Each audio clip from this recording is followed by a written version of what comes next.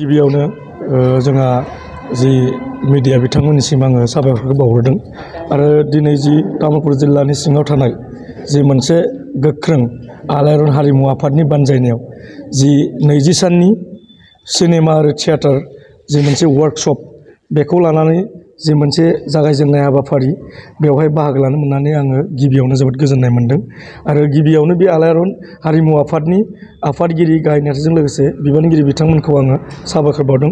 दा दिनैनि जि मोनसे बेवहाय साबायखर बावनांगोन जिहेतु जोंनि जि हारिमुखौ जौगाहोनायाव जोंनि जि लाइमोनफोरा गोदो गोदायनिफ्रायनो बर'फोरा जि हारिमुनि बिथिङाव मालाबाबो फावसायनानै थाबोआखै।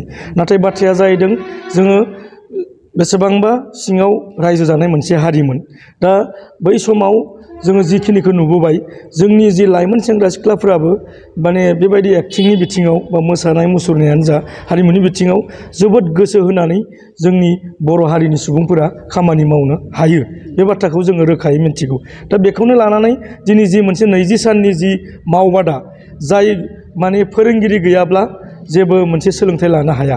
दा बेखौ थांखिनानैनो दिनै जिहेथु मोनसे 20 साननि जाय फोरोंगिरिनि फोरोंनायजों जोंनि उन्दै उन्दै लाइमोन सेंग्रा सिख्लाफोरा बे सिनेमा आरो थियेटारनि माने जि एक्टर एक्ट्रिस जानो थाखाय जि मोनसे लामा मोनदों बेयो जोबोद मोजां जादों आरो बेखौ जि मोनसे बिटिआर सरकारनिफ्राय स्पन्सर खालामनानै बे हाबाफारिखौ लानो थाखाय जि खाबु होदों बेनि थाखाय आं बिटिआर सरकारखौबो साबायखर बावदों।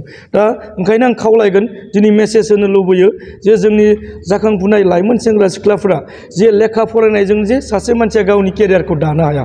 गिबिसिनै जोङो लेखा फरायनायखौ लानांगोन। बेजों लोगोसे जोङो जोंनि जि मोनसे हबि बा केरियार गाबोन नोङो बिए पास जानानैबो नोंनि जिउखौ दैदेननो हायाबो जानो हानाय। गाबोन नोङो एमए पास जानानैबो नोंनि जिउखौ दैदेननो हायाबो जानो हानाय। नाथाय नोङो माने लेखा फरायनानै जों खालि साख्रि मावनोल' होनना सानो। नाथाय साख्रि मावनायानो गावनि जिउखौ दैदेननायनि मोनसे लामा नङा।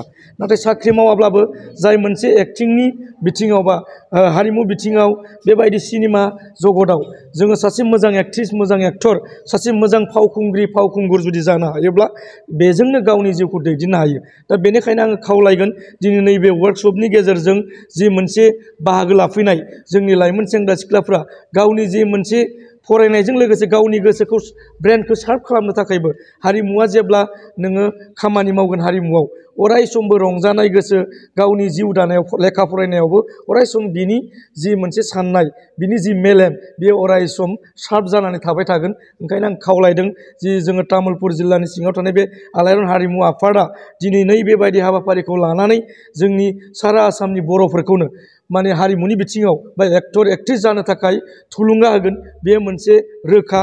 आं बेनिखायनो जोबोद साबायखर बावदों आरो दिनैनि बे हाबाफारिया जागायनायनिफ्राय 20 साना मोजाङैनो आबुं जानानै थाङो आरो बे हाबाफारियाव तामुलपुर ओनसोलनि जोंहा लाइमोन फरायसुला फरायसुलिफोरखौ आङो बाहागो लाफैगोनखौ आङो अराय सम मिजिं थिहरबाय लाफैनो थाखाय आं खावलायहरबाय आरो दिनैनि बे हाबाफारियाव बाहागो लानानै आं जोबोद गोजोननाय मोनदों।